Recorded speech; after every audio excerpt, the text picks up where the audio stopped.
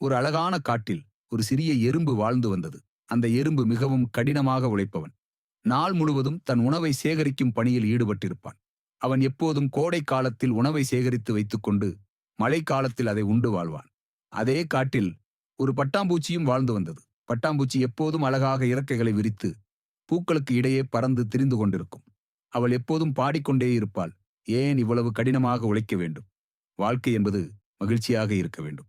ஒரு நாள் கோடை காலம் முடிந்து மழை காலம் வந்தது. மழை நாட்கள் தொடர்ந்து வந்தன. எறும்பு தன் வீட்டில் அமைதியாக இருந்தான்.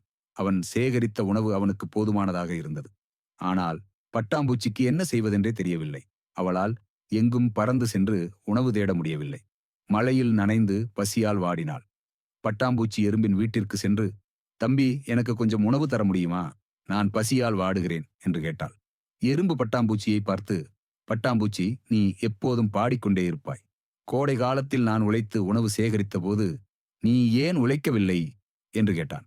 பட்டாம்பூச்சி தலைகுனிந்து, "நான் தவறு செய்துவிட்டேன். இனிமேல் நான் கடினமாக உழைப்பேன்" என்று சொன்னாள்.